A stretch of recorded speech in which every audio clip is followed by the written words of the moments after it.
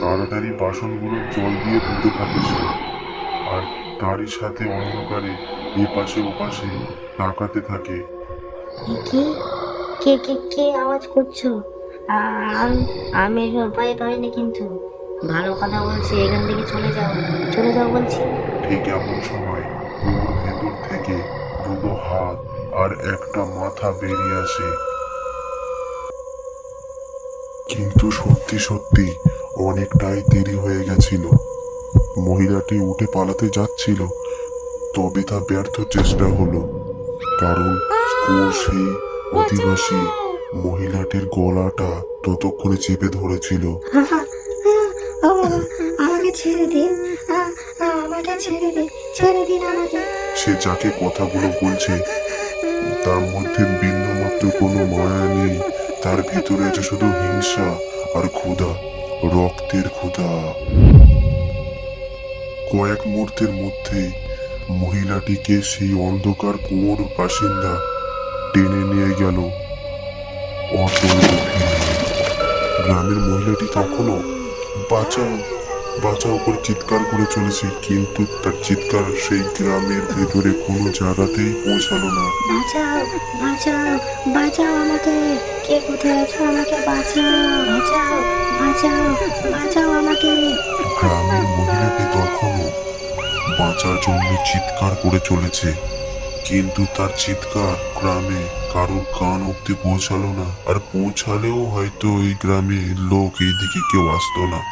ধীরে ধীরে তার চিৎকার মিলিয়ে যেতে যেতে একদম শান্ত হয়ে যায়।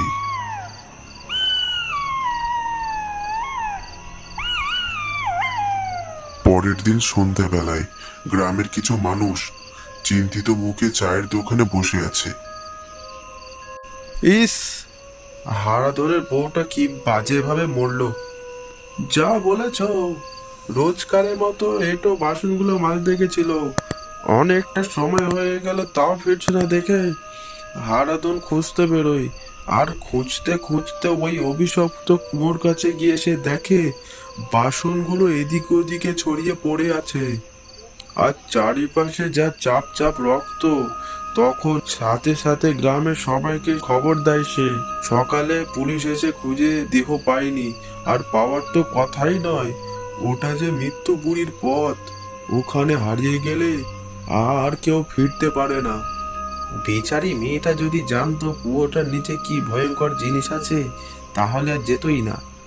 হারাধন নাকি বিয়ের পর পর বউকে সবটা বলে রেখেছিল, কিন্তু হয়তো সে মানেনি, তাই সেই মাসুল নিতে হলে তার প্রাণটা দিয়ে। এতদিন তো সব শান্ত ছিল, এখন আবার সে জেগে উঠেছে। এই গ্রামের সব থেকে বড় অভিশাপ হলো এটা। এখন তো গ্রামে আরো বেশি সাবধান করতে হবে। তা তো হবে না, রাতে আর তার কথা বলবো না। যা বলেছ, এই তার বিষয় নিয়ে আর কথা না বলাই ভালো। আর রাত 8টাও বাজে, আর দেরি নয়, চলো বাড়িতে ফেরা যাক। ভোলা, তুই দোকানটা তাড়াতাড়ি বন্ধ করে দিয়ে চলে যা। বিপদ এখন চারিদিকে ঘুরছে রাতের অন্ধকারে। দুটি লোকের কথা শুনে চায়ের দোকানদার ভোলাও মাথা নেড়ে সম্মতি জানায়। গ্রামের চারিপাশ কিছু সময়ের মধ্যে শুনশান হয়ে যায়। দেখলে যেন মনে হবে গভীর রাত। সেই কুয়োর উপরে বসে থাকতে দেখা যাচ্ছে একটা কালো ছায়াকে।